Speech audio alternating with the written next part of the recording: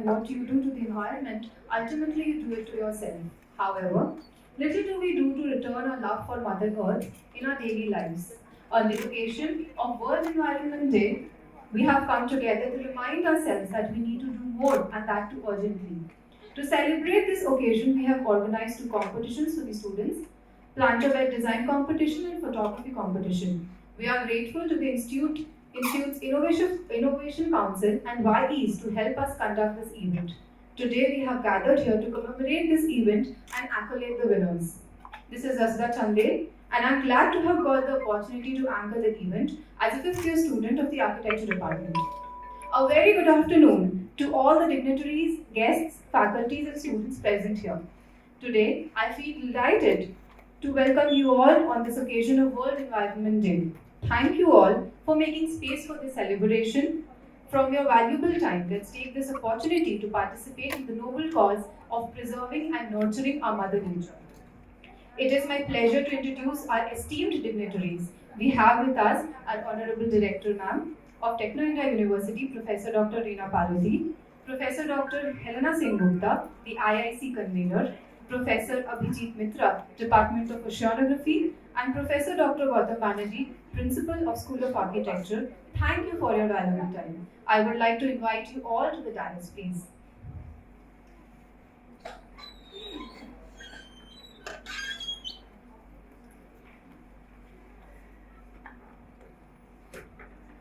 I would like to mention here some of our invited dignitaries. Madam Pauline, Lara Boyle, and Professor Dr. Shujoy Bishash could not join us together today due to prior professional commitment. We are grateful that they have shared their thoughts through video clips. However, we have with us today representatives from YEast, Ms. Nobina Gupta, Founder Director of Disappearing Dialogues Collective. Please join us, ma'am, on the dais. And Ms. Apurva Datta, Project and Stakeholder Manager of YEast. Thank you, ma'am, for joining us today.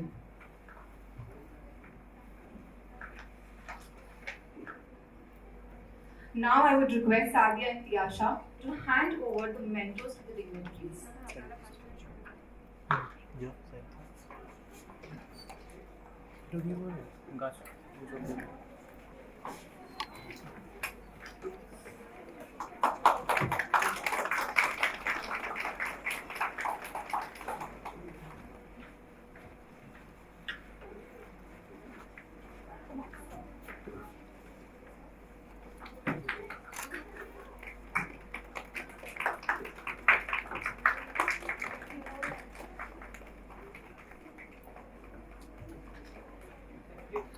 একটু এদিকে ঘুরে দিলে ভালো হয়। হ্যাঁ,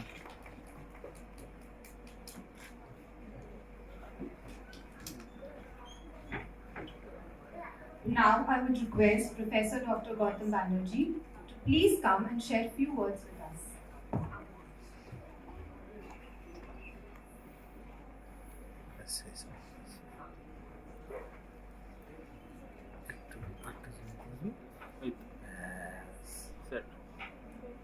Good afternoon, everybody. good afternoon. Hello. Actually, we are now better to tell the good evening and for this CS day like World Environment Day. If we recall, if we remember something like that, there was a council and 1972, and that time it is 50 years back. There is some discussion made on this, and actually 1974, 5th June of the year is considered as a World Environment Day. And this is a very simple word, like sentence like World Environment Day. But now, at present, this is worldwide. This particular day, and also starting from this particular day, everywhere, all the concerned authorities, concerned areas, school, colleges, and all, they are just celebrating in this environmental day because of most importance of this environmental days today's now to be considered. Like I want to tell few words as being in our department of architecture, and in architecture also we have lots of subject regarding the environments, because now it is a question of sustainability, human sustainability, plant sustainability and all. Because if we cannot go with the environment, if we do not understand the environment, if we don't work for the environment, then it will be terrible days are coming to this. So there is we call that carbon, air pollution, water pollution, ocean pollution, river pollution, so many things, so many regulations started for the existence of the earth. If not the earth is disturbed, if earth is disturbed, if we work against the earth, if the industrialization, if the urbanization, or if we continue the deforestation and various natural resources and all, we use as a builders and developers and when you are planning like this, we are now very much concerned about the sustainable materials we are talking about it. So we have to be our students. We are teaching our students for urban planning, for architecture, for civil engineering also. There are so many techniques we are following nowadays, so that in future the earth should be livable, because everybody knows nowadays the environment is warming environment. We are getting warming environment, that is warm, the temperature is going on. So earth is only a planet, and we have no right to destroy it.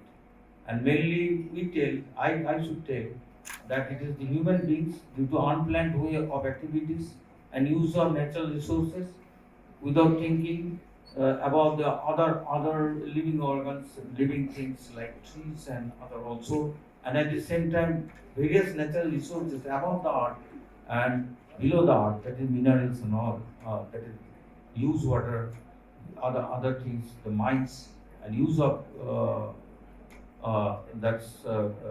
natural materials for different uses.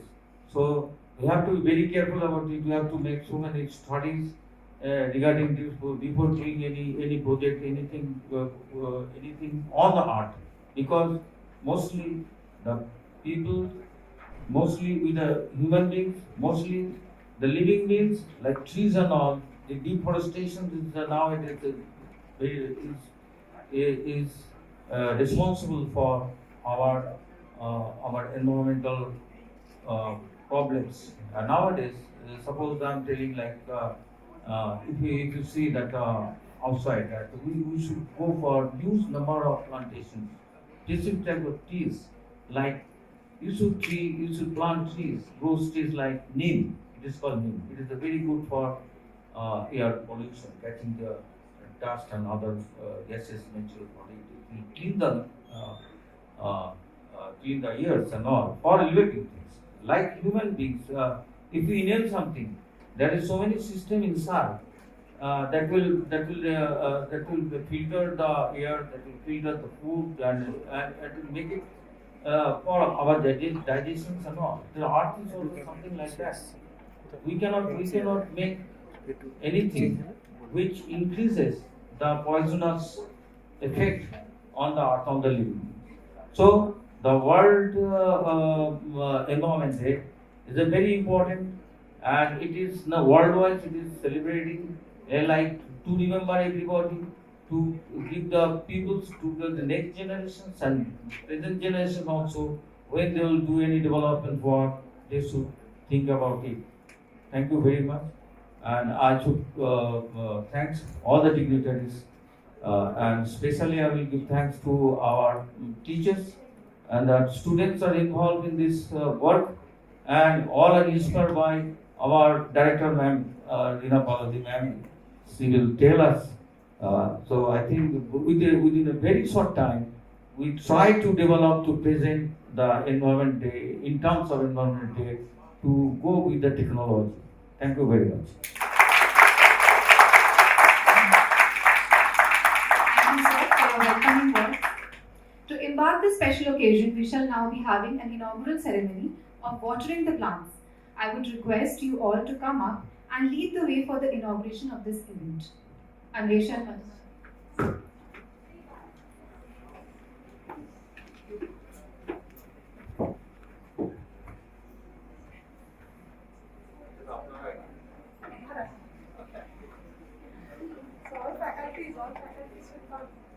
Please, all faculty should come. So this is a very good initiative.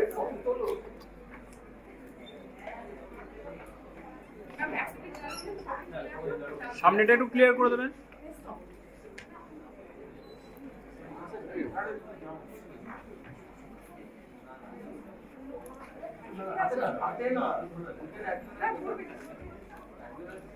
সামনেটা একটু clear করে দেবেন।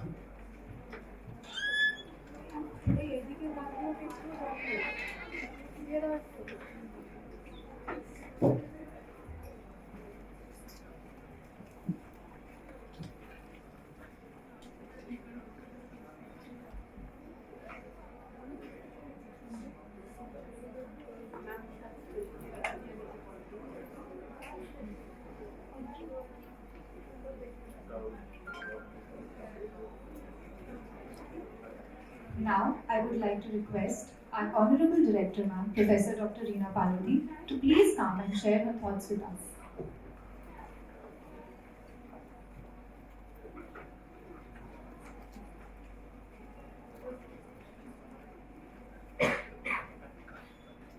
Good afternoon.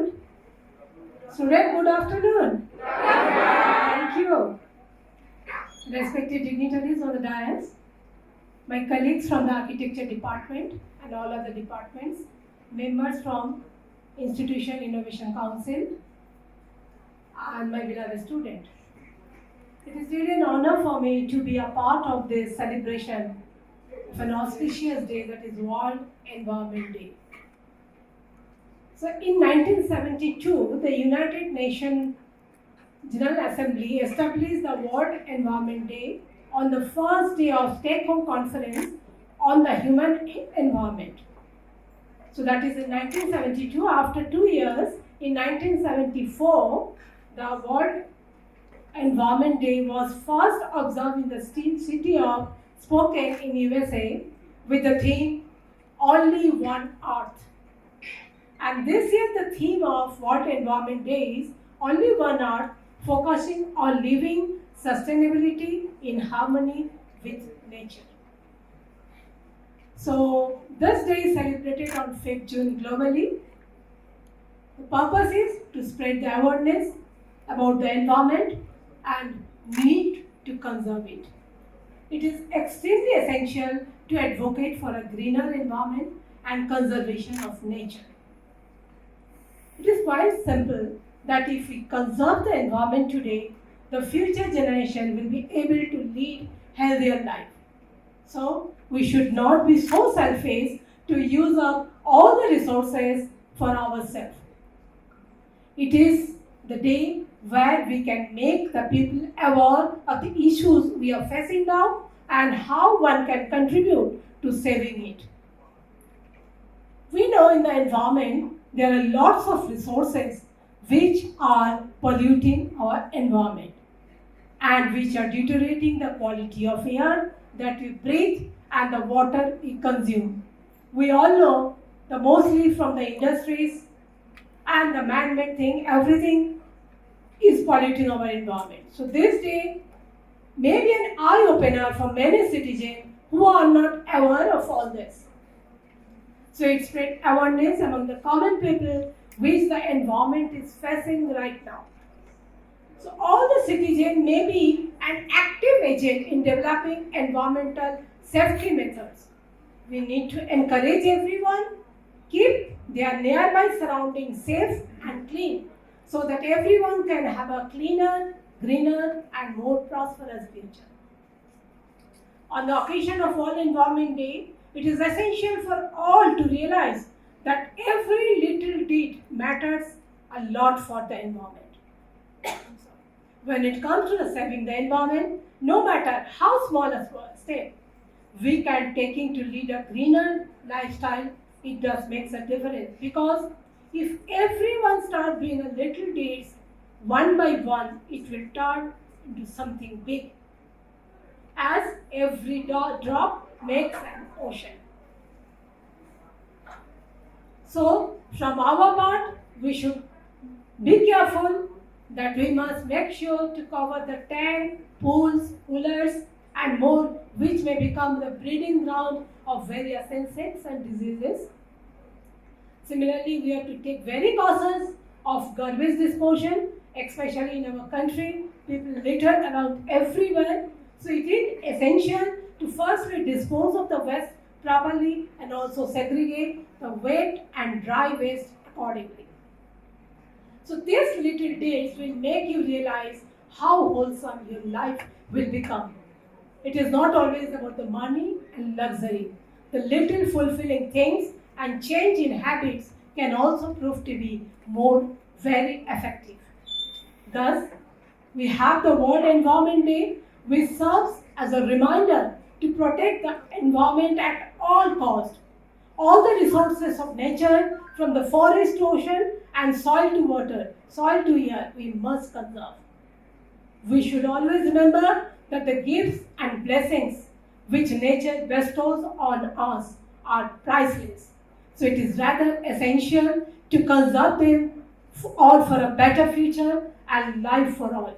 Remember, the small things will help you reach your goal.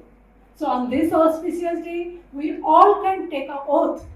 So we'll try to save our motherland, our mother earth, so that our next generation, future generation can survive in this atmosphere healthier and they will enjoy their life. So we should not be selfish, we should not think about ourselves. So we can do very little step to protect your environment. So if everybody will do, definitely we can protect our environment. So all the best for this event. Thank you, the Architecture Department and also the Institution Innovation Council for taking the step to organizing this event. But we expect more participation from the student side because you are the young generation. So your awareness is needed for you. So you only can serve for the society. So those who are there, please pass on this message to your friends to protect your environment. All the best once again, and thank you so much for being a part of this.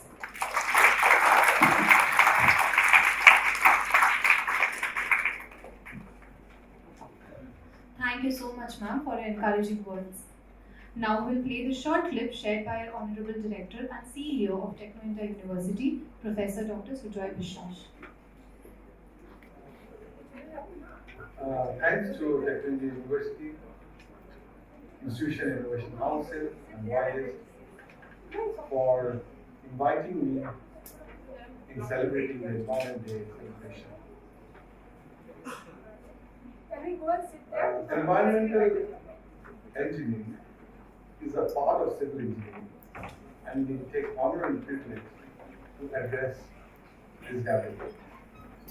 Yes, you should. Due to some personal issues, I cannot be present physically.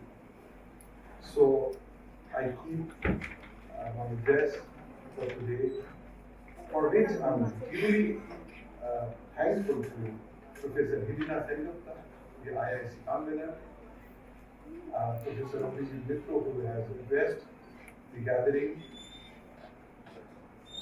Ms. Naveen Gupta, Honorable Director of Ziape and Dialogues Collective, all the students, organizers, the Chancellor of the University, Professor Gautam Raichudri, and Co-Chancellor, Professor Manushi Raichudri, who have been always supportive of whatever actions we have taken for the improvement and betterment of the university. To start with, I will say that why do we celebrate the World Environment Day? World Environment Day, as you all know, came to be during a time of growing concern about humanity's impact on the planet. A series of environmental disasters in the 1960s, from droughts and mine collapses to pollution and fish poisoning, raised awareness of the fragility of the environment. Led by the United Nations Environmental Programme, or UNEP, and held annually since 1973, it has grown to be the largest global platform for environmental outreach. It is celebrated by millions of people across the world. World Environment Day 2022 is hosted by none other than Sweden. Environment is an issue which is very important for our living itself. I keep on saying that life is a small journey between birth and death.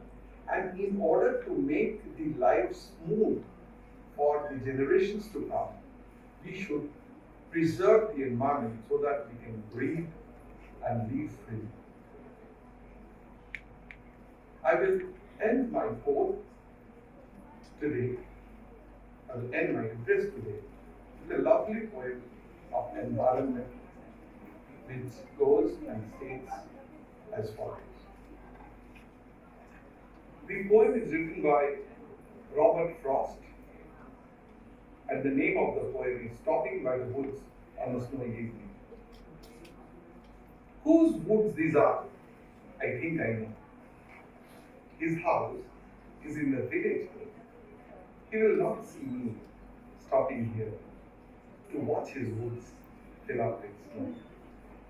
My little horse must think it fair to stop without a farmhouse near, between the woods and frozen lake, the darkest evening of the year. He gives his harness bells a shake to ask if there is some mistake. To only are the sounds be sweet of easy way and downy flake. The woods are lovely, dark and deep, and miles to go before I see, and miles to go before I see. We have miles to go to do for the environment, to make the world livable, more environment friendly. And on this special day, let us take an oath to do whatever we can for the betterment of the environment, to make the lives of the people enriching on all times to come. Namaskar. I am Professor Dr. Sudhir Ishwar, CEO Technical Engineering Group. আজকাল বলি জানলে ভালো লাগবে আপনারা যদি বলেন কাজের মানুষ কাছের মানুষ নিজে বলি মোর নাম এই নামে থাকবো যে আমি টেক করি নমস্কার ধন্যবাদ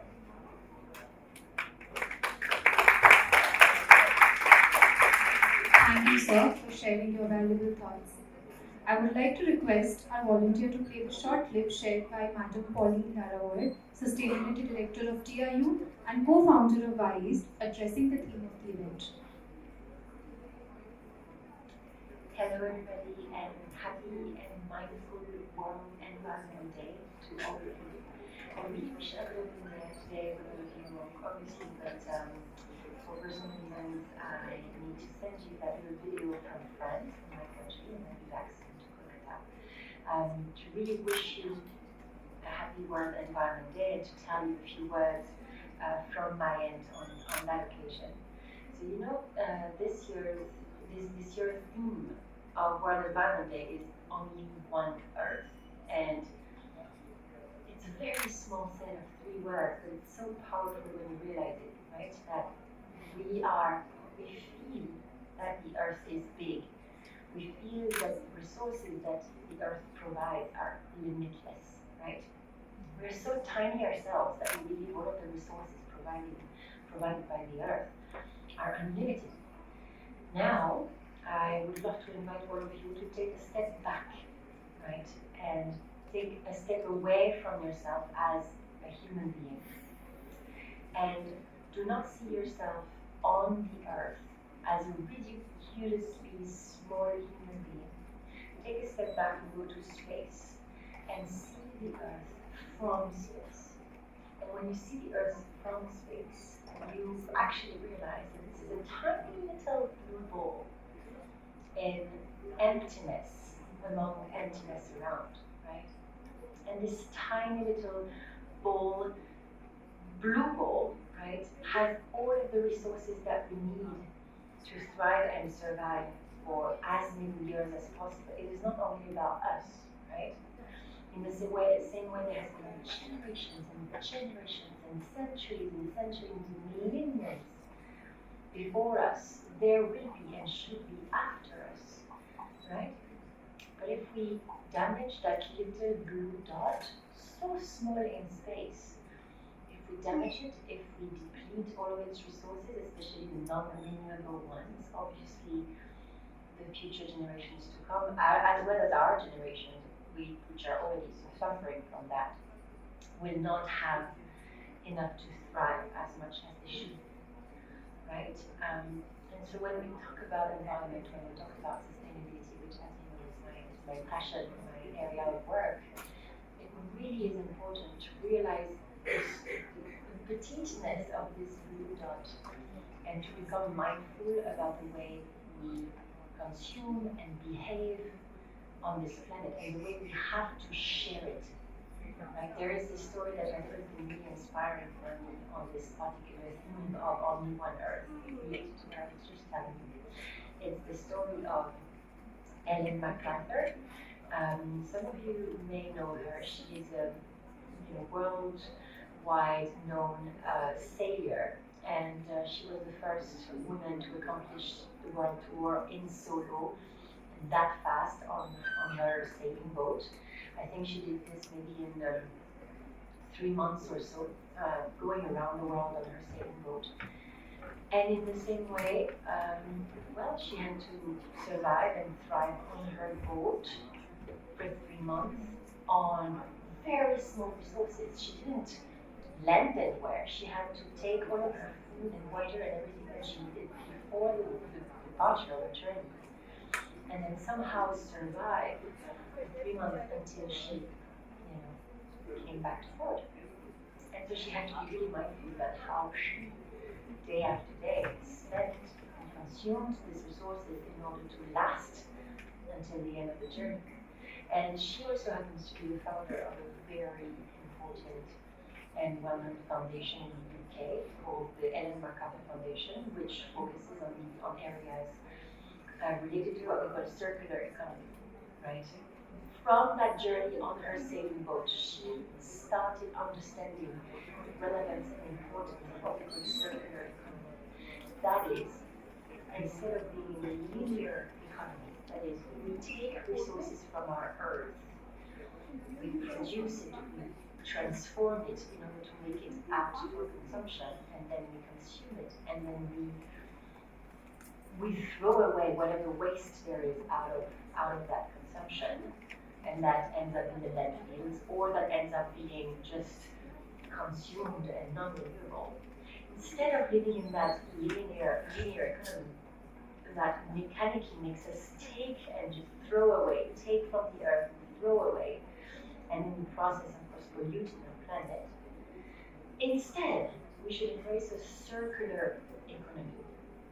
That is, we initially take some resources from our Earth, and there's so many resources that we've already taken, and then we transform it in order to make it fit for consumption, and then instead of throwing it back to nature, into the landfills and throwing it away and polluting and wasting the resources, we bring in this waste, which has value, this consumption waste, back into the production process, into a circle, which means that we do not have to take any more resources from the planet once we have extracted it. We just reuse it, we just recycle it, we just keep transforming it over and over again so that we don't deplete the resources at first.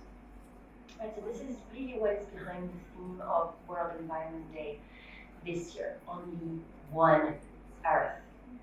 Once we deplete, this is completely over. There is no plan B. There is no planet B, as we say. You must have seen it in media all over the world during marches and demonstrations of people who are just fed up with the way the human species, ourselves, are just being so stupid, depleting our resources, and therefore putting at risk our own species. It's not only about the survival of the planet, it's also about our own survival. And of course, in the process, all of the survival of all of the other living beings around, vegetation and animals alike, right? We're being stupid in the process. We're just destroying ourselves and the environment that we live in. And so we really need to start embracing and working towards ways in which we can more respectfully and more mindfully consume these resources. They're just going to be done relatively soon for some of them, right? And so, being mindful of this, and you probably know maybe a little bit of our work at WISE. This is really what brings us the passion that we work in and we work with WISE, which is the sustainability branch of Technomedia Group. And we really advocate for all the students and faculty and other stakeholders of Technomedia to rethink curricula, to rethink careers, to rethink the way you think about what you want to do with your talent, maybe towards bringing social and environmental solutions which are going to make this world a little better. And I think we can definitely, instead of being sorry, just being better at, for each other and for the planet that we're on, which we share. It's our common home. Right, and there's so many beautiful things that are yet to be done. It's very complex issues of water and sanitation, issues of waste management, issues of pollution management, issues of air control, issues of air pollution, and so on. It's so complex. It's such big challenges that we really need more and more of our brains, of your brains, professionally speaking, to find solutions to it. But before that, you need to realize, we all need to realize and become more aware of the importance and urgency to do something about it. And that means to become more mindful about how we consume personally as a citizen, and as well as how we choose our professional careers and how we may, and I'm telling you, you can, combine our careers with something very powerful, very purposeful, very meaningful towards a better environment and society. Right? So this is the end goal of what we've been trying to do for the past 3 years with WISE, bringing that knowledge and awareness and resources to all of you, bringing in ways for you to take action. You can take a look at our website. We're always available. We would love actually for you to get more involved. We would love to know if you are interested and it would allow us to see what we can do together. If you're interested in that topic, don't hesitate to write to me. That would be really, appreciated, and we're always happy to discuss with the ones of you that understand what I've been telling you today, which I believe is tremendously important. And so today, just to finish, I would like to thank all of you for listening, all of you for your time, all of you for trying to question the way we do things. I think as students, as a young generation, you are the key. We are the key. To quote myself, but all of us are the key. Intergenerational action is the key to do something better. We have been the problem. We also need to be the solution, right? In the age of what we call Anthropocene, which means this era where we influence, we as in human beings has influenced the environment so much. We define the way we pollute it, we define the way we will hopefully regenerate it. And this is the solution. We need to become more solution oriented and do something about it. That's the case in Kolkata, that's the case in any other city in the world, but let's start locally together. Take a look at all of the projects that we have been running with WAIST over the past 3 years. Yesterday itself, around not too far away from Offbeat, there was a huge cleanup drive sponsored by Royal Enfield and implemented by WAIST, NetNada, and the River Rangers, in partnership with Offbeat and 12 Store. We are also coming up with an e-learning platform called y-ed.in, YED, where you will find a lot of contents about sustainability and what it is. You can check it out right now. We are doing a lot of cleanups regularly with the River Rangers. We are doing some leadership consciousness programs. That all also depends on what you, on the kind of interest that you share with us. We're also working on a project currently called the Moving Kolkata Moving Project, building currently a website with a series of dozens of interviews of experts and doers and change makers in Kolkata in order to show that Kolkata can and is going to be more and more sustainable. There are a lot of solution-oriented initiatives that have been taken on in the city, and there's a lot of hope to have, but this needs to be coordinated, collective action, started with awareness, right away followed up by action taking. And for that, we need all of you. I won't be longer. Thank you again to all of you. Thank you, Helena, for coordinating the program. Thank you, Novina, also from Disappearing Dialogue, for being here today. It really means a lot to all of you who are listening. Novina is a wonderful change maker, one of these change makers that I was telling you about with Disappearing Dialogues.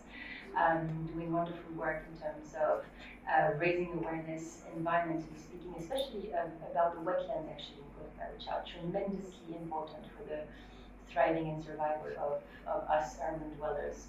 So do take a look at their work, and they're doing so many more things also. Thankful to Avanpa at WAIST, projects and stakeholders manager at WAIST. Without you, nothing would really be possible. And to all of the Technology University stakeholders who made that initiative possible today, for all of you to get involved on the occasion of the World Environment Day. Thank you so much. Means a lot, and looking forward to more and more opportunities to discuss these topics with all of you that are, for me, and as it should be for all of you as well, tremendously crucial for our own survival as well as the health of our dear planet. All the best to all of you. Take care. Thank you, ma'am. Those were some really enlightening words. Now I would request Professor Dr. Helena Senyogita, IISc convener, to share her thoughts on the occasion.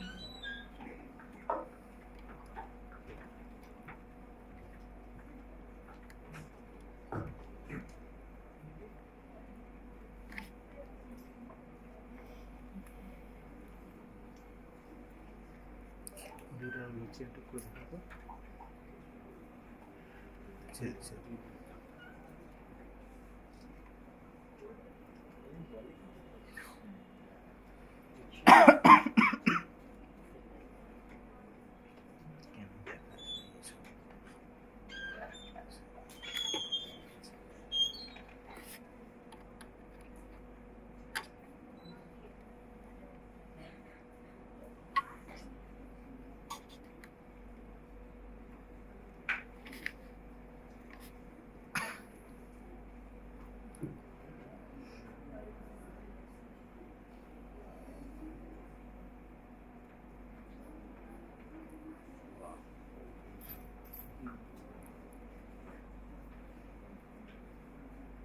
Good afternoon all.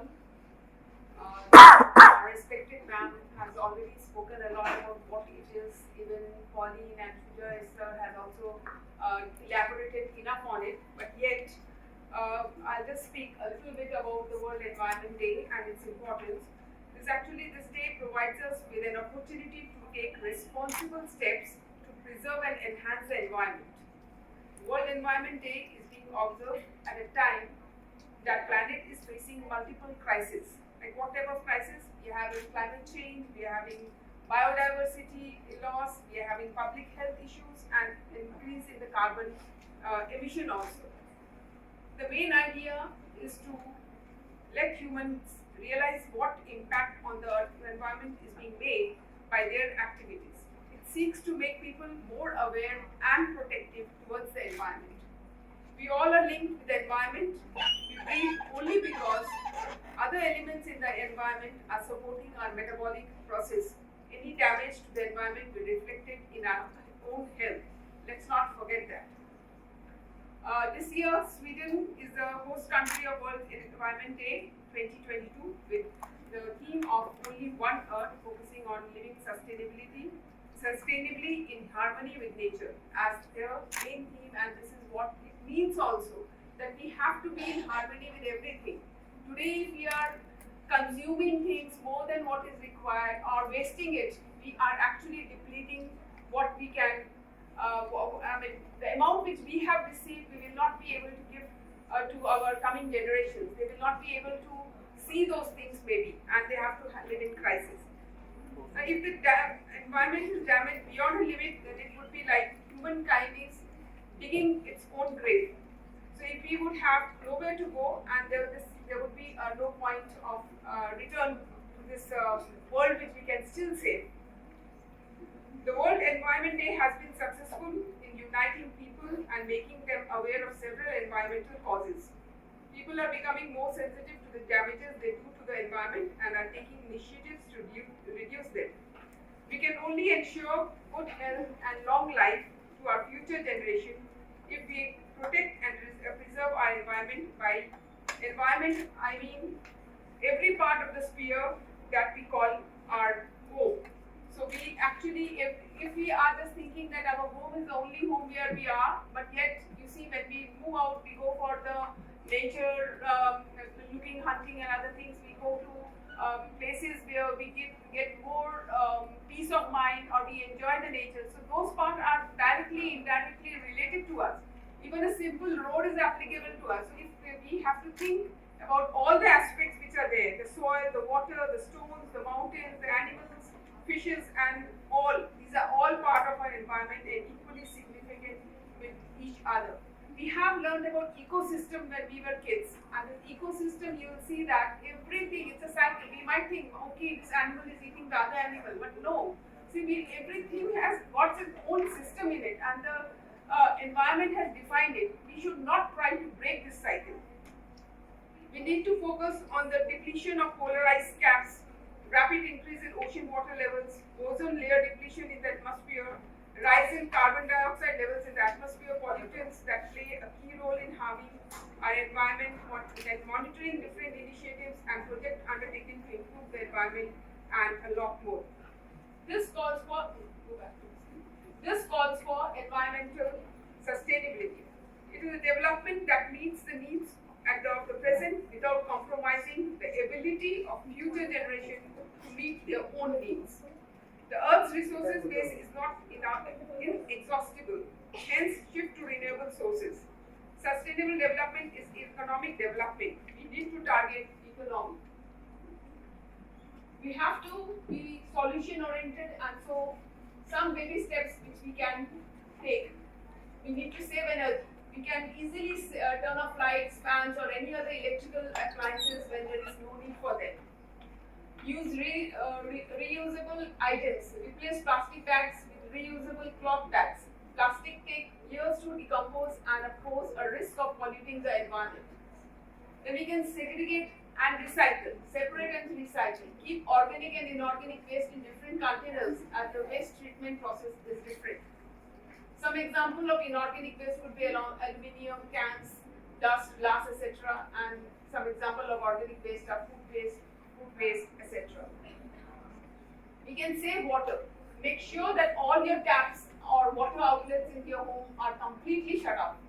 Since the water crisis is prevailing in certain countries, it is high time we should start putting efforts into saving water. Similarly, we need to say no to plastics. We need to plant more saplings so that we have more of greenery all around.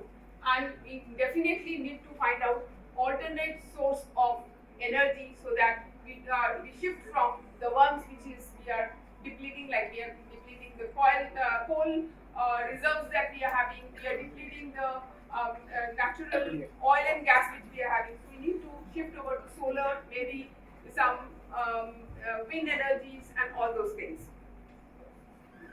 So our environment is getting worse with each passing day, and there is a greater need to step up and reverse the harm done before it gets irreversible. So I would say just look into it. We as engineers, we as so many other departments also can put into their thought processes over here. Can we think about renewable systems, sustainable development? Means that if we can say, since I'm from the civil engineering background, I would say that can we use some materials which we can use from the natural resources, like can we use wood, can we use recyclable stones and other things, can we use, every time we are making roads and other things, you know that stones are used, and this we are breaking so many hills and mountains and using it. Can we reuse those stones which are there already in the road which has been constructed, or when we are breaking some materials of the building, and then can we recycle and use those materials? So we have to explore those things, and that is how we can move further. At the end, I would say, as how you students can contribute to the World's Environment Day. You can do that by highlighting the importance of World Environment Day through your bloggings, through your voice, through your various other means which you might be having, like Instagram or your Facebook and other things. You can reach out to other people through those things and make them aware. It's the high time that every one of us can contribute, and we should be aware of these things, and that is how I would conclude by saying that go ahead and spread the message with great zeal and passion, and strive to become a responsible citizen. Thank you.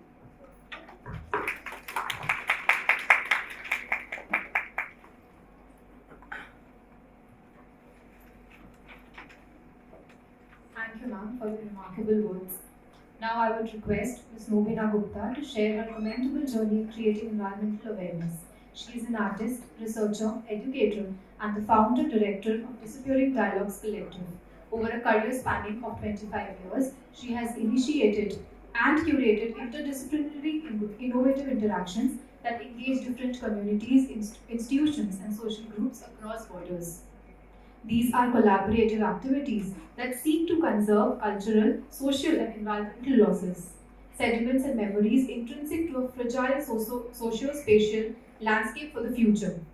An alumnus of Shantiniketan and a net scholar, her works have always been centered around ecology, sustainability, and human subsistence. Ma'am, I would request you to come up on stage and share your thoughts. Thank you so much for having me here today. And thank you, ma'am, thank you, sir, and thank you all the staff and students for being here. I think it's an important day, of course, for us, because we don't think of the environment, as Pauline was saying, as one planet. We always think we think of environment in different ways. We think of maybe taking care of a small plant, or we think of small things that we do every day as the environment. But the environment or sustainability, if we think of the sustainability of the environment, it depends on those little things that I think everyone addressed today, which is actually getting lost. And we're not taking notice of it because we are not aware of it. And I think that's the place that we stand, and our organization talks about, is disappearing dialogues. You know, all these dialogues which you, me, and all of us really don't take care of, which need to be restored for our own sustainability, our a better way of living, or a better planet to live in. Now, to just tell you a context, that we work in East Kolkata Wetlands, which is at the periphery of your city. How many of you all are really aware of East Kolkata Wetlands? Can we just have a poll here. Raise your hands. How many of you have heard the name? Just raise your hands of how many of you all have heard East Kolkata wetlands. Okay, so that brings us to the main question, that why haven't we heard about East Kolkata wetlands? It is a part of the city. It is just at the periphery, where I don't know whether you all have been to the Bantala highway, which goes towards Sundarban. You know, it is a place which lies between the Sundarban and the city Kolkata, and it's 12,500 hectares of wetlands. Can you believe that you live in a city which has 12,500 hectares of wetlands at its periphery, and we don't know about it? The other thing is that this is a very unique wetland. It is the largest sewage-fed wetland of the world. So you can imagine people coming to Kolkata from all over the world to see this wetland, because it is a unique system which naturally treats your waste. Have you ever thought in the morning when you're washing your face, washing your hands, or flushing your toilet, where does the water go? Where does the wastewater go? Anyone? Any guess? Any wild guesses? Just say what you feel. Where does the water go? The wastewater that flows out of your house, where does it go? Something where it must be going somewhere. At least might. Just say. We're not having an exam here. We're just having a discussion. Any one of you or the students, please respond. Okay, that's fine. I do understand it's a forum where you have teachers as well as you're quite conscious about whether you say right or wrong. But the whole thing is, you will not realize that all the wastewater that flows out of a house actually goes through these arteries. You know, it's like the veins that run on your hand, and they're all connected, and they all flow out to the East Kolkata wetlands. And you'll be going in when you're driving around or moving around with your friends in the city, you'll be seeing all these wastewater canals, and you must be thinking, oh my, this is very dirty. This is like, must be a depot of mosquitoes, or this is stinking, or things like that. But I would just ask you not just to think of the change of perception, to think of these canals as lifelines, because they are the lifelines of the city. They are the lifelines on which the sustainability of city remains, because if these wastewater canals were not there, if the waste was not treated of your city, can you imagine how much waste we would generate, the population that we have today, and the pollution that would accumulate? We will be drowning in our waste. So this is one of the most important aspects, that we have a heritage, ecological heritage, just besides our city, and I could see hardly a few of us knew its name. So I think the first thing is our awareness. We definitely, if we want to save the environment, we have to build awareness. So recognize what do you really want to recognize as to save in the environment. It cannot be just words. It has to be something that relates to you, something that is existing around you. Look around your house. Just find out from today, find out where little things around your, what is happening around your house. A tree is being cut. Just in the name of that, there's going to be a storm next few days, you'll see a tree being chopped off from one side. But are we doing, there are a lot of things that are happening around, and we don't revolt because we are not aware what is happening. We think, okay, someone has chopped it, it's fine. But we're actually, the tree is losing its balance. The next Amphan or next cyclone of this kind, the tree is really going to fall. It's not going to fall because we took care of it in the sense, but it will fall because we were not aware of what kind of care we need to take. So we have to be very careful about what we are doing. At times to take care, we do a lot of things thinking that, oh my, today I'm very ecologically, I'm doing a very sustainable job. But then, are we sustainable? Are we really doing sustainable things? We might not be using one plastic, but is that the only thing that we can do for the planet? There are so many things that you can do. So just be a little more proactive on that. And y'all are youngsters. Y'all can team up. Y'all can become collectives. We are a collective. My colleague Boyer Shokashimitra, he's an architect and an artist. We have professionals of different kinds who've just come together because we're like-minded. We wanted to do something. We wanted to do something is we wanted to make people aware. We wanted to take action. We wanted art, our professions, our talents, whatever you all have, budding with talents, to make use of it, to create opportunities. Opportunities will never come and knock on your door. You will have to create them, and you will have to look for them. So just go out and look for them. And knowledge exists everywhere. If you go to East Kolkata wetlands, you will be surprised that we were talking about circular economy. It exists there. It is there. they use waste, they look at waste as nutrition, not as pollutant. They grow vegetables, they grow fishes, and the wetlands also mitigates the climate. So you have three major things being done with the wetland, and a wetland which is unknown to us. We are going blind about a lot of things. I would request all of you all to just come and see it. We are recently started eco trails with the same idea, because earlier we were talking about wetlands in the city and people would not relate to it because they've never seen it, never experienced it. So I would say that the eco trails which we've started, you can just go to Discipline Dialogue's Instagram page and you will definitely get all the dates that we are doing these trails on. Book yourself, go and visit with your friends and see for yourself what circular economy is and how you could really think about of using all that knowledge that exists with your education system that can be utilized for the benefit of the community, for the benefit of the society, for the benefit of the future. And the third thing I would say is acknowledgement. These communities are lacking acknowledgement. These communities are dying because we are not really taking interest in them. We are not taking care of these communities. So it's important that you all as talented people should come forward, work around people who are living around your places itself and see what opportunities you can co-create with them, you can collaborate with them. Can you imagine a fisherman, when these wastewater canals flow, you will be surprised to see, you will see fish ponds which are crystal clear and these wastewater canals being black, dark waters. How does the fisherman really realize how much water will go, wastewater water will flow into these fish ponds for fish production? It is just through their senses. So at times there are such knowledge resource that they have which we don't realize. So it's important that we actually look into all these things that exist within these communities and see also the biodiversity. You will be surprised if you visit East Kolkata wetlands, the amount of trees, the birds, the kind of species that exist there. Every time that you see a migratory bird coming to your window, think because you have a wetland like that, this bird is visiting you. Because if an ecological treasure was not there like that, birds would never migrate here.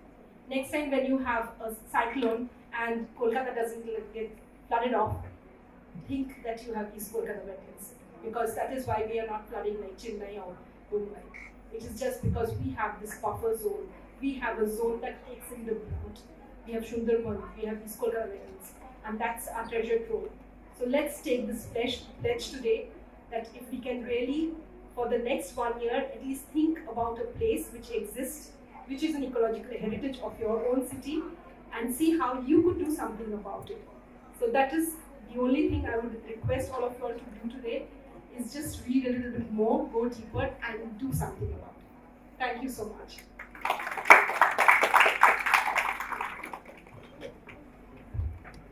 Thank you, ma'am, for sharing your incredible journey with us. Now I would like to introduce our special guest, Professor Dr. Abhijit Mitra, Associate Professor and former Head, Department of Marine Science, University of Calcutta, and Achiever Par Excellence. Professor Mitra has 660 scientific publications and 62 books to his credit. During his tenure with the Calcutta Port Trust and Worldwide Fund, he has carried out several research programs on environmental science, biodiversity conservation, climate change, and carbon sequestration. Presently, Dr. Mitra is serving Technometa University, West Bengal as Director of Research. I would like to request you, sir, to please come up on stage and enlighten us with your thoughts. Firstly, I would like to thank all of you and good afternoon to all of you, the Department of Architecture and IISc for giving me this opportunity. Today I will be speaking something on the climate change. And if you are sitting in this air-conditioned hall and in the room, but if you go outside, you will see that the temperature is somewhat around 42 degrees centigrade with a humidity of 73%, which was not likely 10 years back. Now, what causes this climate change? You are sitting here, we have control only of 13%. As per the NASA's latest quote-unquote, I am telling, we do not have any control of 87%. It is purely controlled by the natural forces, and human beings do not have any control of that. Actually, if we say about the climate change, it can be on the positive direction, it can be on the negative direction. If it is on the positive direction, we tell it as global warming, and if it is on the negative direction, we tell it as global cooling. So both things are available in the nature. This is actually global warming, because from the mean value of 0 it is warming and there is a rise of temperature. And if it goes below 0, sub-zero, it is global cooling. Just few days, it was a picture of Panama forest. In Brazil, in Panama, there was a lot of incidents of forest fire. Forest fire, because there was such a huge rise of temperature. In Brazil, for the last 50 years, it was not witnessed, and there was a friction amongst the trees. So the forest starts burning. This is actually the fate of the forest fire. And we lost a lot of carbon. These are one of the reasons. So the next thing is that in California, in 2006, the temperature went down by 10 degrees centigrade, minus 10 degrees centigrade, which was not witnessed for 100 years. So that is global cooling. So basically, I want to tell that climate change is basically a universal concept where you get two types of subset. One is the warming, other is the cooling.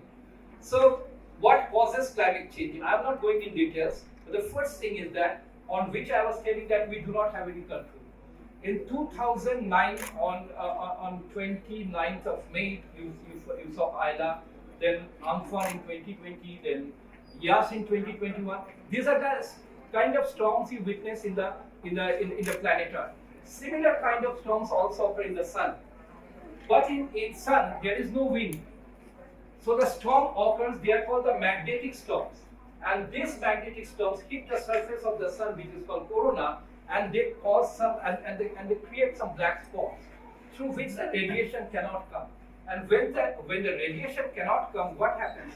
The earth becomes cold. So we do not have any control on that. That is basically the global cooling. So other thing is that, the earth is made up of, in geology it is told that the earth is made up of some plates. They are called asthenospheric plates. They are moving. Tsunami occurred because two plates collided with each other. And that's why the massive tsunami occurred on 26th of December 2004. And these are the plates which are either going aside from each other, they are called a divergent, or colliding with each other. Now, if they collide with each other, they cause a friction. Just like if we just rub our hand like this, it causes a friction. That causes global warming. You see, this is basically the structure of the earth. We are telling of one earth. It was there one earth 200 million years back. There was only one thing, Pangea. One earth has come again. So that's the thing. So you see the Africa and South America as if they are fitted, this concave side and this convex side. And this was the geology of the earth 200 million years ago. If I take you, this is practically the anatomy of the earth, how it is changing, and then it is reflecting the morphology. Morphology is the external picture, anatomy is the internal picture. Internal picture is just like the anatomy of human. You have the skeleton, that is the anatomy. You have the lungs, you have the viscera. So those who are the medical students, they know that what is anatomy. And these plates are the anatomy of the earth. They are moving, and therefore the morphology is changing with the passage of the time. So if you just go back, you see there was, at the 200 million years ago, there was only two supercontinents. One was Laurasia, other was Gondwana. Then there was no China, no Vietnam, no Russia, no Ukraine. Then India came into existence 80 million years back. This was the condition of the earth. So again I repeat, there was one earth, because that Laurasia and Gondwana land together we used to tell them Pangea. So one earth was there 250 million years back. This is the third cause of climate change. When the solar radiation comes, it is reflected back. But if it is an ice sheet, 100% is reflected. Our corona burns. And if it is a sea beach, or what Madam was telling, if it is a wetland, then 60% is absorbed, 40% is reflected. And what is absorbed, that is radiated during the night time. That's why in the sea beach, we don't feel cold. All the time there is a humid, warm atmosphere. So it is the nature of the substratum which we cannot change. So these are all the natural causes. Now we have heard of the volcano. And the common feeling is that when there is a volcano, there is a huge emission of lava, there is a huge emission of molten gas, there is a huge emission of different types of elements, zinc, copper, iron, nickel, cobalt, lead. But what happens, these elements and these lava reacts with the water vapor and form a type of layer. This layer is known as the haze. It is just like a mirror. It is just like a mirror. The sunlight comes reflected back to the outer space, and therefore the sunlight never comes with full radiation to the earth, and therefore global cooling occurs. This is the picture of the haze, the first stage. You see, this layer is created, stage 2, stage 3, and finally what happens, you know, the picture is like this. In Mount Pinatubo on 12 June 1991, it is a picture of NASA in Indonesia. There was a drop of 5 degrees centigrade temperature. This actually caused global cooling. So now I am coming to another cause. The second phase, the human-induced cause, that is 13%. We are responsible. Just see this picture.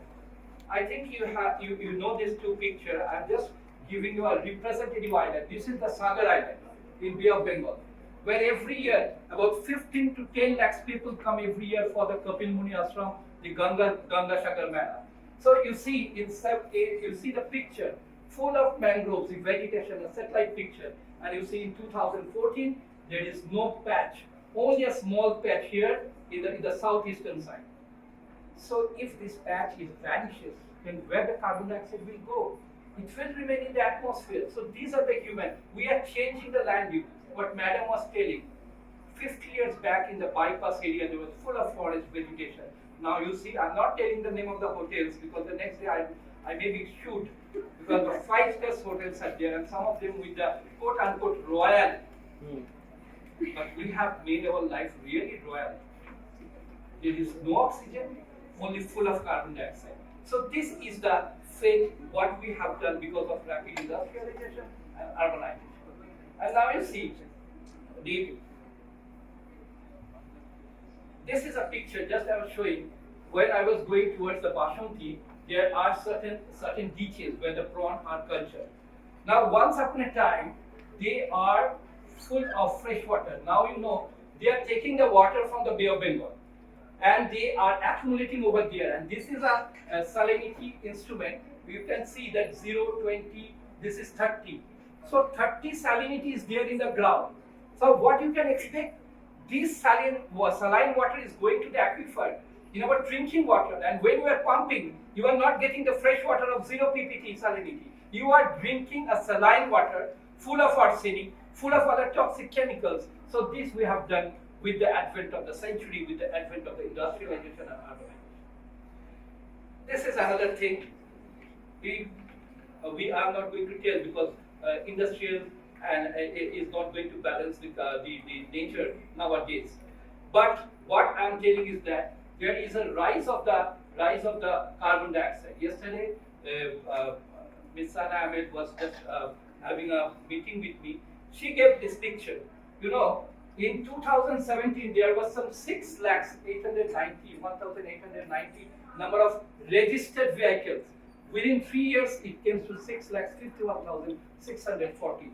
51,000 increase of registered vehicles within a span of 3 years. So just see the increase, how it has increased. And therefore, the carbon dioxide has increased throughout the globe because carbon dioxide does not have a passport. Neither carbon dioxide requires a visa to go from India to Sri Lanka to Ukraine to America. They just pass away with the air. And if you see this NASA picture, you can see that this is actually the carbon dioxide. If you see that how the carbon dioxide looks like, this is the reddish thing that is more carbon dioxide, and more carbon dioxide you can see in this part. That is during the North American side and in the European countries. I am not anti-American. I am not anti-European. So, but I see that most of the industrialist countries are the countries which have changed the world today. We are doing COP26, but how many of the European countries and the American countries are the signatories? I doubt it. America has not yet signed. So these are the things where a lot of politics are also involved. But young generations, I'm talking to young generations, you have the responsibility to raise your voice. Plastics, what we have done. Today, even I was served with a plastic bottle. Even I told it to Tata Steel last 2 years back that why you are not giving me Mintika glass so that I can drink the water. The Tata general manager agreed. He has started in every seminar. This is, if there is a hell on the earth, it is plastic. And the plastic remains in the ecosystem for 400 years. And every year, every year the plastics which comes in the atmosphere, 80 lakh tons of plastics are spilled every year in the ocean. And in 1 meter is just like this. In 1 meter, 15 bags of plastics are there in the sea beach, in a coastline of the India, 7515 kilometer, 1 meter. So 15 multiplied by 7515, just think how much plastic we are throwing every year in the coastline of the country. And if you want to burn plastic, that creates another hazard. You are producing dioxins, mercury, polychlorinated biphenyls, which are carcinogenic. So we cannot incinerate or we cannot burn plastic. And that's why carbon dioxide is rising. It has risen to such a level that, the normal carbon dioxide in the earth should be 350 ppm. I again repeat 350. And now, just 2 days before, I got it from internet, you can also see it has become 421 ppm. So 350 ppm is the normal level, it has come to 421 ppm. So these are the causes. Now coming to the effects, very quickly I'm coming to the effect. The first effect is the melting of the polar ice. You see how the mass has changed. And we have read in physics that law of conservation of mass. So this solid is converted into liquid, and this liquid melts, and solid melts and converts into liquid, and it goes to the seawater. Seawater is rising at the rate of 2.50 millimeter per year. And when there is a rise of the sea level, naturally the sea level, where the water will go, it will rush and there will be a lot of erosion.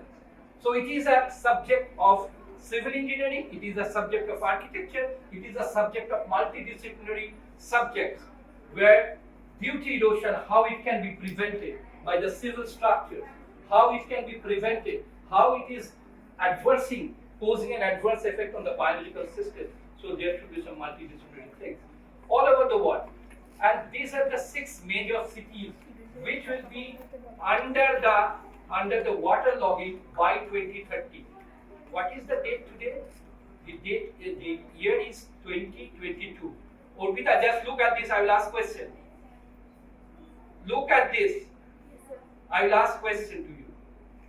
What are the 6 major cities as per the IPCC report which will be underwater by 2030? Can you tell me? What are the 6 major cities? কোন 6টা শহর 2030 এর মধ্যে জলের তলায় চলে যাবে? Who can tell? Which 6 cities? First one, Amsterdam in Netherlands. Second one, Basra in Iraq. New Orleans in US. Venice in Italy. Ho Chi Minh in Vietnam, and finally, our beloved Kolkata in West Bengal, India. It is the IPCC report, I am not telling you. After 8 years, you will see 2 feet of water, and your garage room will be under the water. You see the condition of your car.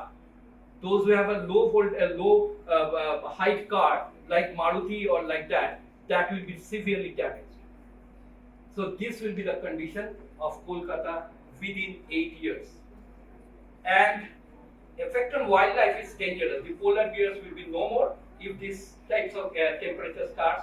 The sea turtles which come every year to breed, they will not find their island because the island will be underwater.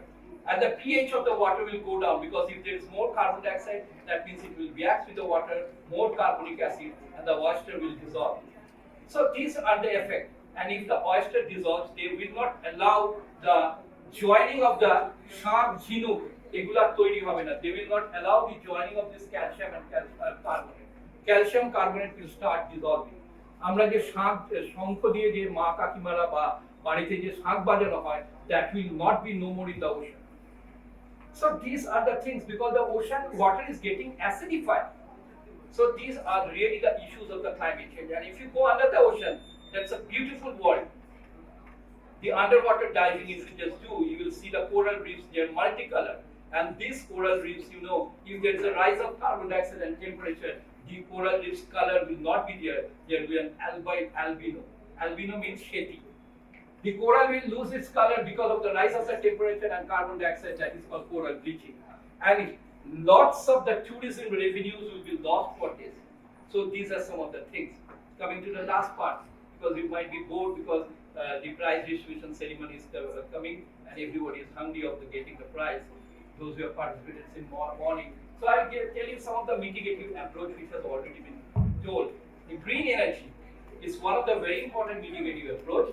The geothermal energy, wind energy, then solar energy, all these are there, tidal energy. But the most important thing is that which requires only 25 km per hour wind is the wind energy. And in Tuticorin, I was there just 2 years back, where I saw they're using a lot of wind energy to generate the electric current without any carbon emission. The kinetic energy is converted to electrical energy and then it is passed to the consumer level. Then there are particular type of suckers which can suck the suspended particulate matter, plastics. But what should be done after getting them, after collecting them? What will be the final? How we are going to reuse it? Suppose we have collected a lot of plastic. Are you going to burn it? No, because burning of plastic will create other carcinogenic effects. Then what we are going to do?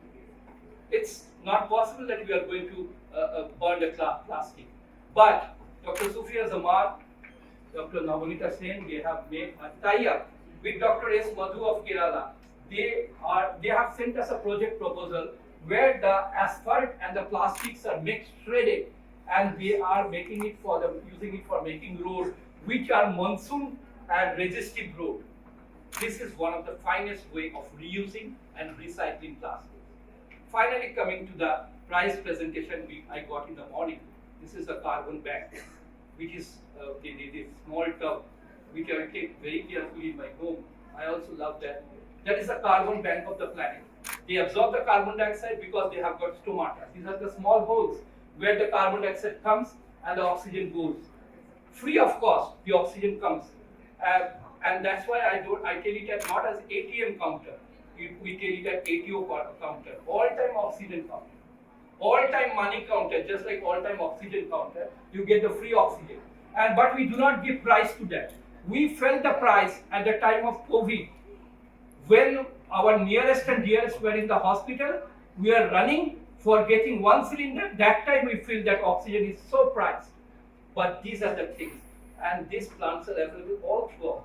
Even in the supralittoral zone where the high tide hardly reaches, these plants are there and they are producing a lot of oxygen. We are giving training to the forest department so that the forest department understands and plant those trees which can absorb more carbon dioxide. And this is just a training we are given just 3 months back. I think in the month of January we went over there. You see how in the field we are doing a quadrant study. These are the 4 arrows. That means in 10 meter into 10 meter, how many trees are there? 9 trees are there. Then we calculate the volume of each tree by pi r square inch, considering each tree as the cylinder. I'm not going in details into that, but they are very, very easy technique where students can take it as a project. Then this volume is converted into biomass just by taking a piece of wood and multiplying that volume into density. This is the small piece of wood. We find with the help of densitometer the density of the wood. Multiply the volume into density, you get the biomass of the wood. And then you put it in CHN analyzer, which is available in IITs, and you find the percentage of the carbon. So we got the percentage of carbon for many of the trees, and that's why we can tell very confidently that the trees are the greatest sink of carbon. The last project which I am telling, which may be a fiction to you, but the fiction comes to reality. আমরা একসময় বলতাম যে বুড়ির মা চরকা কাটে চাঁদে, but that has come to reality and the real thing has come to our life. You know, in Germany, some of the students have done a project. আমরা জোনাকি পোকা জানি, জোনাকি পোকা রাতেবেলা জল করে। সমুদ্রের মধ্যে কিছু প্রাণী আছে ফাইটোপ্ল্যাঙ্কটন যাদের গা থেকে আলো বের হয়। So in Germany, some of the students have done a project with this phytoplankton which emit the light because they have got a protein called luciferin which produces light when they are excited. And this phytoplankton they have cultured in the bottle and they have put in the street. You see, they are put in the street, but still it is a pilot scale, and this is giving the light during the night time. So these are the future cities on which Dr. Saptoshi Biswas has done a wonderful project on the smart cities. So this can be incorporated in future in your postdoc study. The future cities, how it looks like, and how it can be a net zero carbon city. So with this, I thank all of you. If you are interested, you can look at my website. Just type in Google Abhijit Mitra Mangrove. You get all of the books, and you can study at least half portion of the books free of cost. Abhijit Mitra, ABHIJITMITRA, Mangrove. In Google, you give a search, you get all the books. Almost you can read a half of the book, and you can also have a collaboration. And if you are interested, I'm also available at the WhatsApp and also in the phone. Thank you very much. Thank you.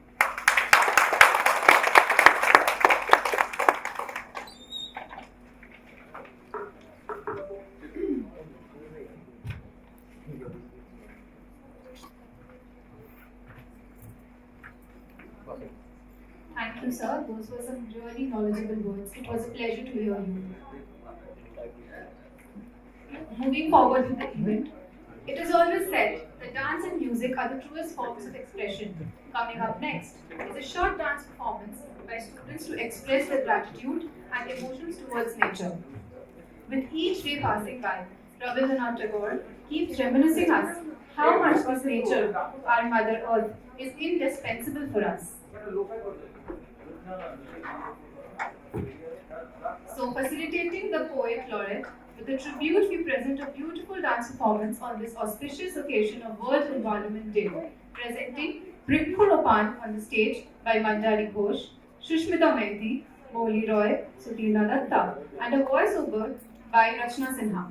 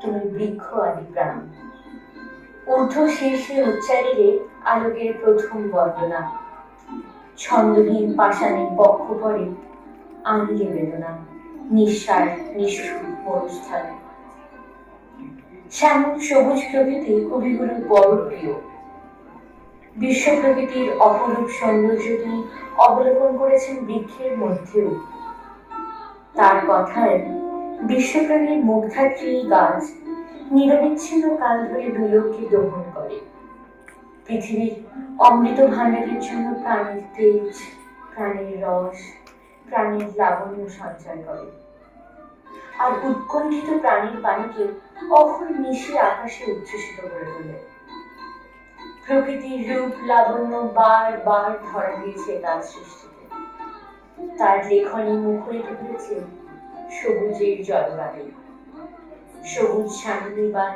পরচিত্র আঁকা রয়েছে কবির গল্প কবিতা ও গানের মানচারী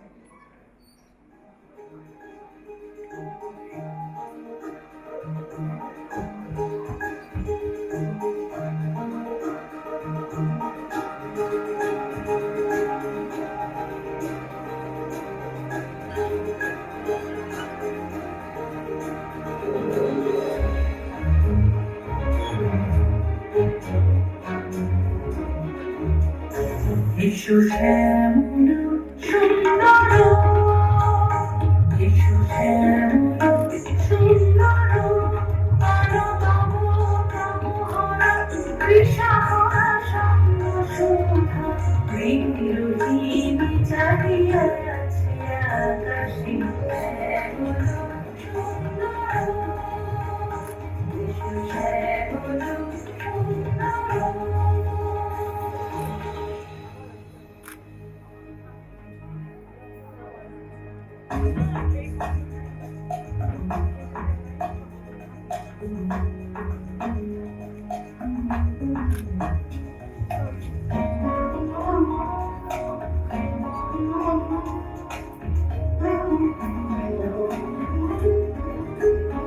সেজে ব্যথিত হৃদয় আছে বিছায়ে তোমার মধ্যে সজল ছায়াতে, ব্যথিত হৃদয় আছে বিছায়ে তোমার মধ্যে সজল ছায়াতে, নয়নে জাগিছে করুণ রাগিনী শ্যামল সুন্দর, এসো শ্যামল সুন্দর।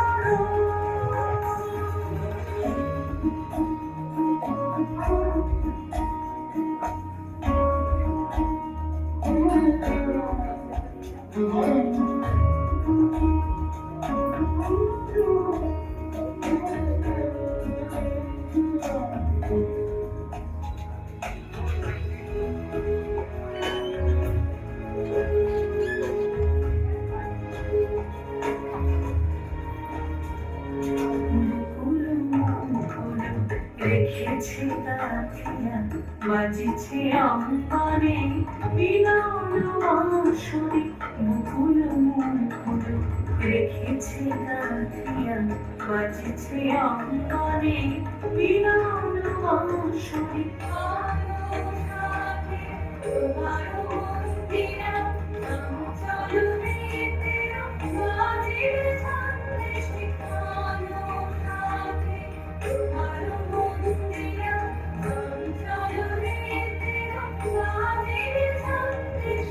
বাজিবে কঙ্কণ বাজিবে কিঙ্কিণী, বাজিবে কঙ্কণ বাজিবে কিঙ্কিণী, ঝঙ্কারিবে মন্দির রুরু শ্যামল সুন্দর, এসো শ্যামল সুন্দর, কাম কামহরা কৃষাহরা সঙ্গ সুধা, বিরোহীন চাহিয়া আছে আকাশে শ্যামল সুন্দর, এসো শ্যামল সুন্দর, এসো শ্যামল সুন্দর।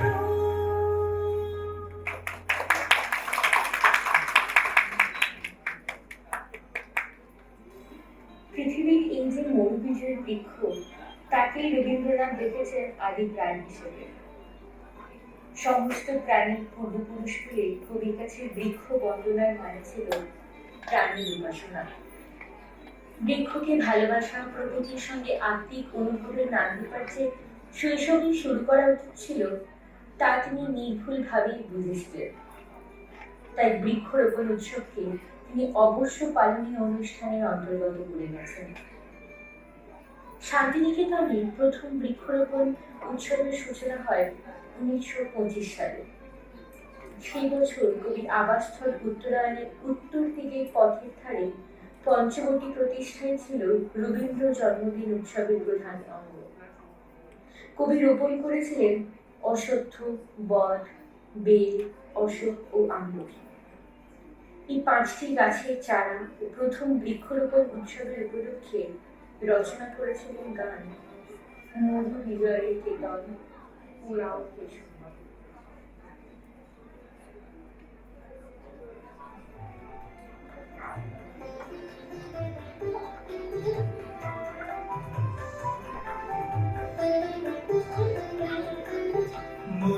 জয়ের কীর্তন উড়াও হে শূন্যে, উড়াও উড়াও হে প্রবল কাল, ধীরে ধন্য করো ধন্য করো করুণার পুণ্যে ধন্য করো করো হে করুণ প্রাণ মোর বিজয়ের কীর্তন উড়াও হে শূন্যে উড়াও উড়াও হে প্রবলতা বলিবে ধন্য করো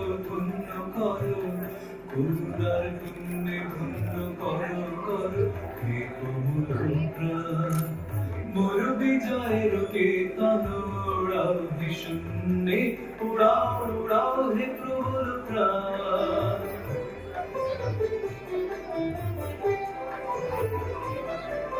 মরি মাটির মর্মের গান কবে উঠিবে ধনিয়া ধনিয়া মর মর তবু রবে মরি মাটির মর্মের গান কবে উঠিবে ধনিয়া ধনিয়া মর মর তবু রবে মাধুরী ঘুরিবে ফুলে ফলে পল্লবে ফুলে ফলে হে মোহন প্রাণ ধুলিরে ধন্য করো করুণার পুণ্যে ধন্য করো করো হে করুণ প্রাণ মোর বিজয়ের কীর্তন উড়াও হে শূন্যে উড়াও উড়াও হে প্রবল প্রাণ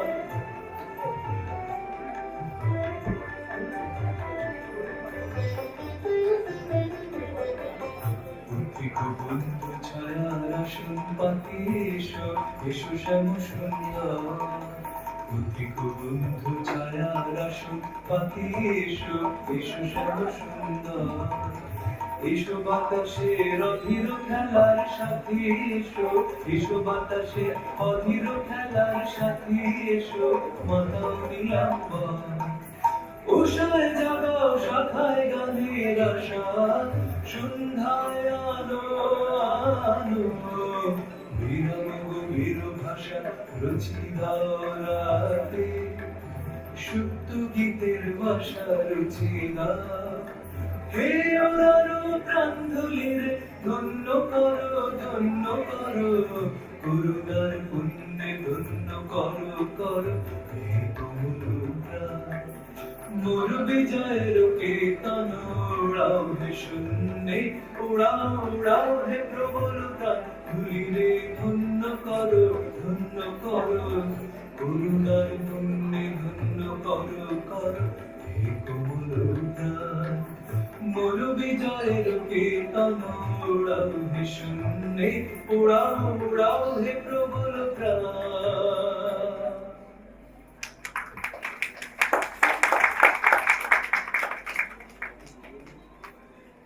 1928 সালে 14 জুলাই 1335 বঙ্গাব্দের 30 আষাঢ় শান্তিনিকেতনের গৌর প্রাঙ্গণে বৃক্ষরোপণ উৎসব অনুষ্ঠিত হয়। এই উৎসব সম্পর্কে ইউরোপের প্রবাসী পুত্রবধূ প্রতিমা দেবীকে রবীন্দ্রনাথ এক চিঠিতে লিখেছিলেন, তোমার টবের বকুল গাছটাকে নিয়ে অনুষ্ঠানটা হলো। পৃথিবীতে কোনো গাছের এমন সৌভাগ্য কল্পনা করতে পারো? উনি প্রবাসী পুত্রবধূকে আহ্বান জানিয়ে লিখেছিলেন একটি গান, আয় আমাদের অঙ্গনে অতিথি বালক তরুদল মানবের স্নেহ সম্মান।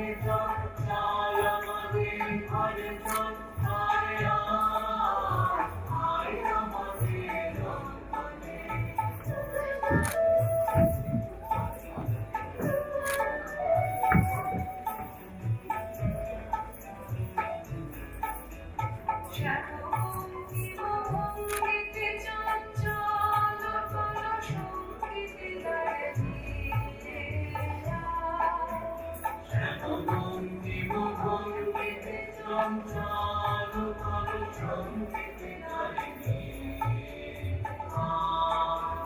সবাই সবাই তর আনন্দ কোলাহল আয় আয় আমাদের অঙ্গনে অতিথি মানব করুণায় মানবের স্নেহ সঙ্গমে চঞ্চল আমাদের ঘরে চল আয় আয় আমাদের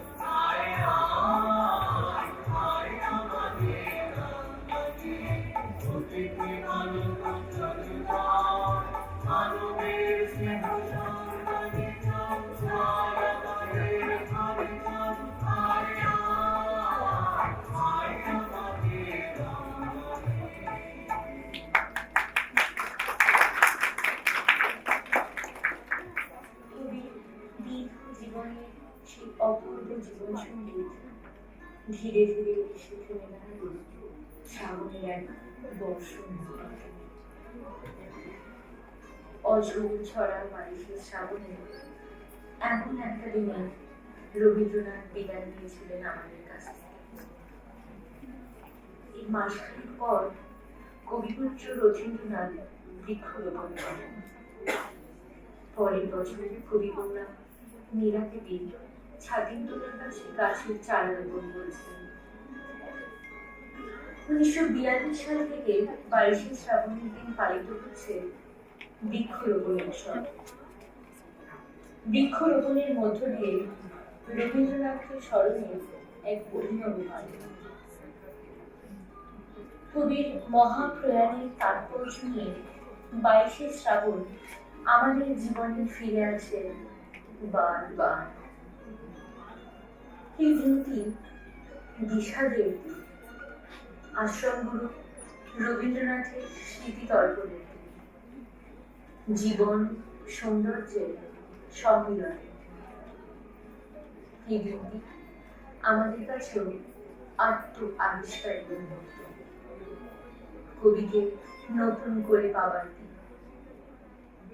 বৃক্ষরোপণ যে জীবন বৃক্ষের নব সম্ভাবনার দিগন্ত খুলে দেয়, তা বারে বারে মনে করিয়ে দেয় এই উৎসব। 22শে শ্রাবণ কবির মহাপ্রয়াণ নয়, বৃক্ষ বন্দনার মধ্য দিয়ে রবীন্দ্রনাথকে আমাদের কাছে ফিরে পাবার।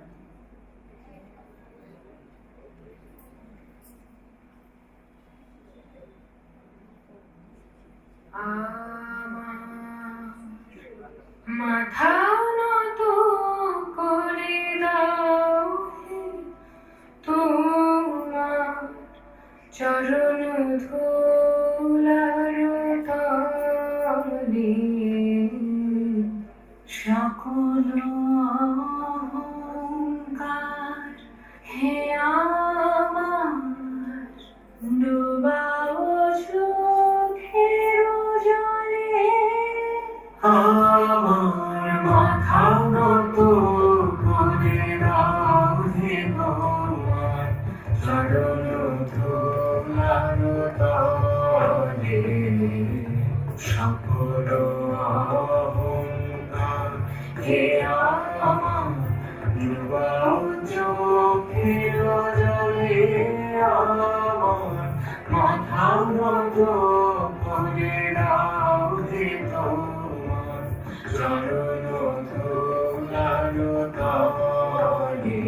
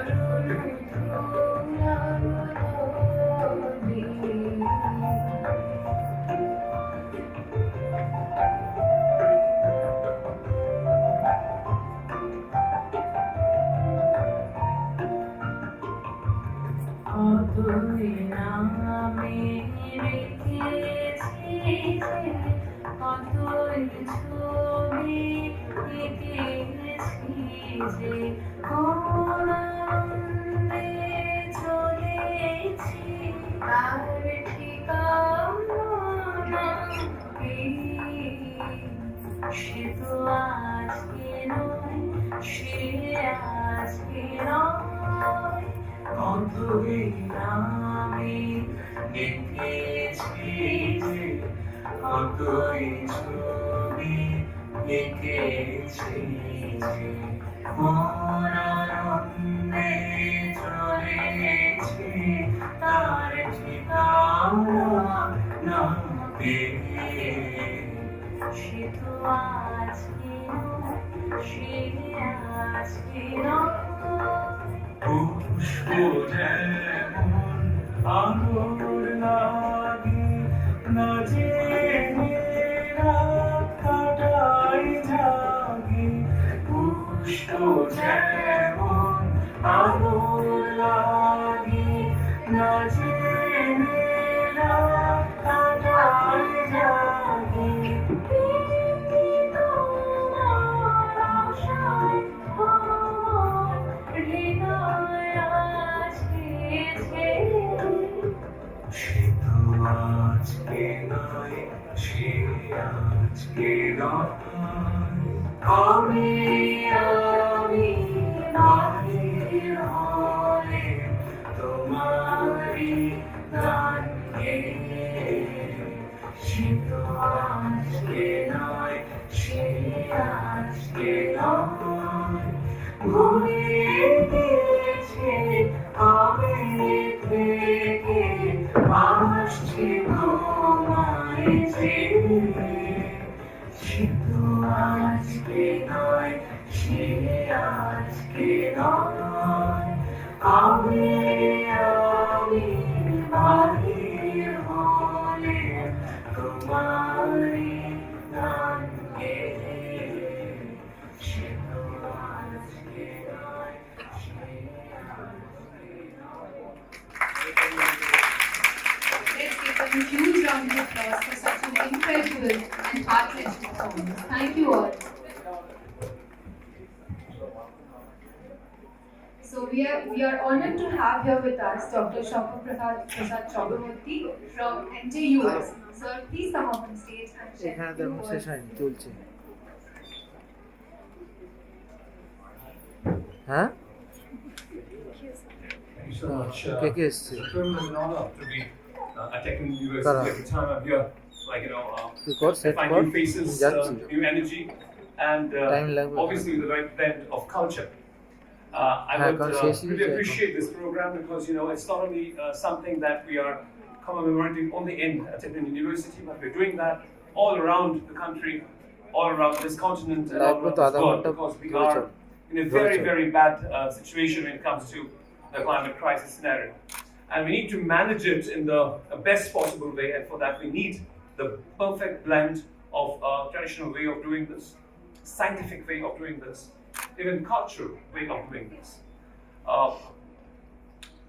I must congratulate this team that is working behind the success of this challenge, which is really beyond borders and beyond boundaries. And I wish everyone the very best. And I'm here to thank everybody. And we're also doing that in our own way, how we are trying to manage this huge problem the world is in. Majority of the people here might not be knowing that a lot of people are suffering every possible moment because their houses are being submerged underwater.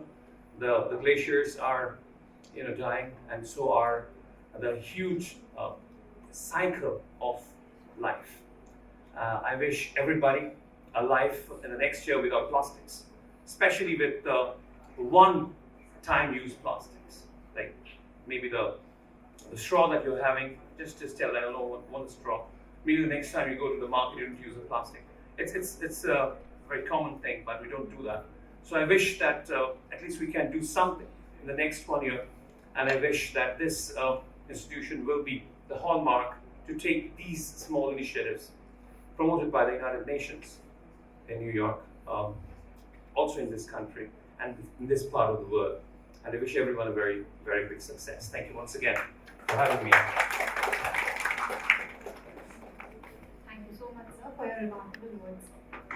We have come near to the end of the event, and it's time to announce the winners of the two events, namely photography competition and the planter bed design competition. The esteemed jury panelists same were Professor Dr. Helena Singh Gupta, Professor and HOD of the Department of Civil Engineering, convener of IIC Technical University, Professor Dr. Sufia Zaman, Professor and HOD of the Department of Oceanography, Professor Dr. Shravani Karmakar, Professor and HOD of the Biotechnology Department, Professor Dr. Ratna Kotal, Principal and HOD of the Nursing Department. Thank you participants for such worthy entries. Director ma'am, I would request you to please come up and give away the prizes to the winners.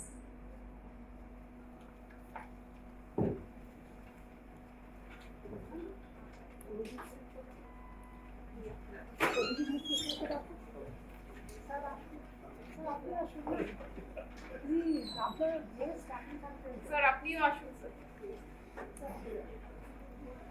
For Chitrakari, the photography event, the first prize goes to Piyush Anand from the Architecture Department.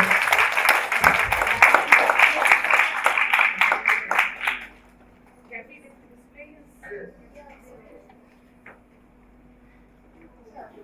This is the first prize. Yes, First prize winner. the Photograph. photography event. Why don't you come? Please come. A huge round of applause can be had.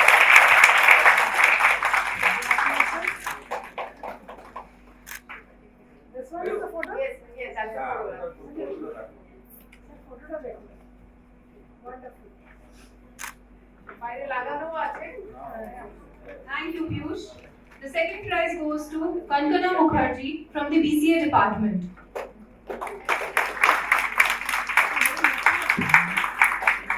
Oh, I think she is not here. That's the photograph. Yeah.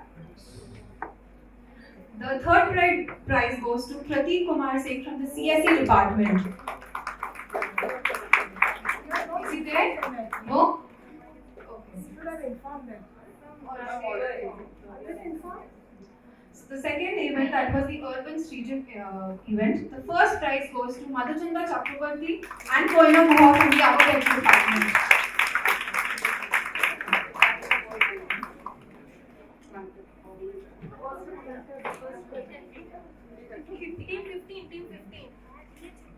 Team number 15.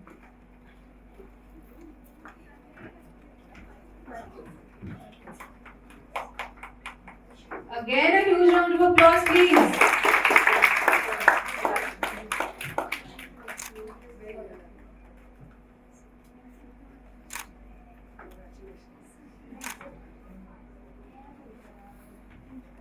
The second prize goes to Momita Mehti and Oritra Das from the Architecture department.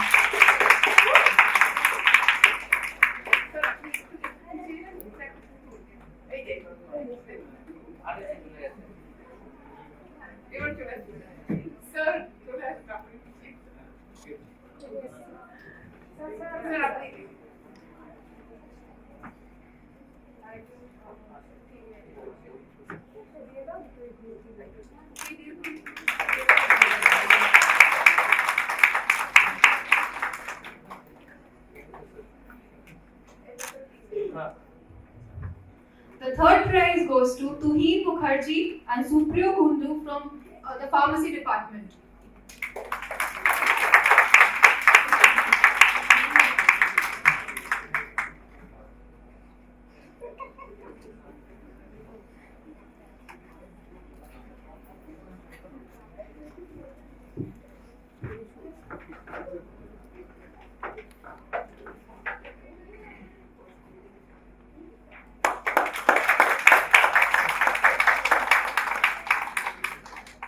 Department is also creative.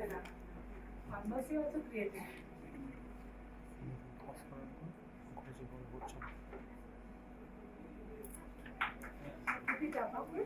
Both of you come together.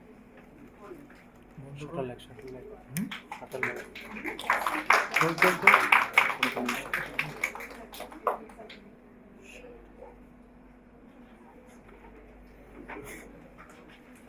Right? Yeah, this one. Thank you so much, ma'am, Best sir, ma'am. for coming out. With this, we come to the end of the event. Thank you everyone for being present and participating in the event.